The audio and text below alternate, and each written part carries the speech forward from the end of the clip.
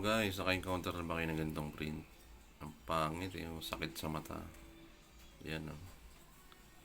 So, dito yan galing sa aking Epson L3250. So yan. Ayan siya, nagpalit na ako dyan ng encoder strip. Ito yun. Kung makikita nyo. Yan. Encoder strip ng Epson L3250. Nilinis ko na rin yung kanyang encoder disc tsaka yung kanyang print head. So, wala sa gawa ko na dyan, ganun pa rin nangyari. So, dito ako nagpunta sa kung meron kayong Epson Resistor, mas mabuti. Naladownload naman yan guys, punta kayo sa Symbionize. Ngayon, punta kayo dito sa Select. Yan. Tapos, L3250. Astig pa yung kanta. Tapos, ito yung particular adjustment. Punta kayo dito. Ngayon, ito yung BID adjustment. So, yan. I-click nyo yan. Okay. Ngayon, dito guys, i-encode nyo yan is 18, 12, 12, 18. So, yan dapat.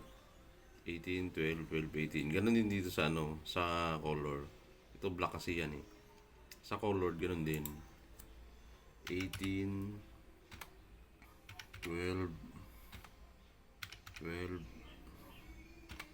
18. Yan. So, yan. Parehas lang. Tapos yan, pagkatapos yan guys, pagkatapos yung ma-encode yan, i-input nyo lang. I-input nyo, lalabas dyan ang ang kanyang tawag dito. So, try natin i-input to. Ayan o. Waiting nyo lang. So, yan. Okay nyo yan. Tapos yan, i-close nyo na siya. Ayan. So, ganun lang guys ang pag-adjust ng BID adjustment. Pagka ganito kapang ng print. Ayan. Pagkanto. Ngayon, ang output nyan, yung pag-print ko kahapon, ito siya. Sa pag-ibig form. Kasi may nagpa-print dito ng pag-ibig form eh. So yan yan. Pangit na ng camera ng ng cellphone o yan o. So yan. Maliliit na. Maganda na siya. Yung mga maliliit na letra o yan. So yan. So yan lang guys ang pagbabago ng pag ganun kapangit yung print. Kung kung halimbawa may isa pang paraan dyan, kaso malakas naman sa ink. So, ganun din, pupunta kayo dito sa print, pero hindi ka nagagamit ng program na yun. Sa print, punta ka sa print. Tapos, ito, yan, kung makikita nyo yan, pag-ibig form yan.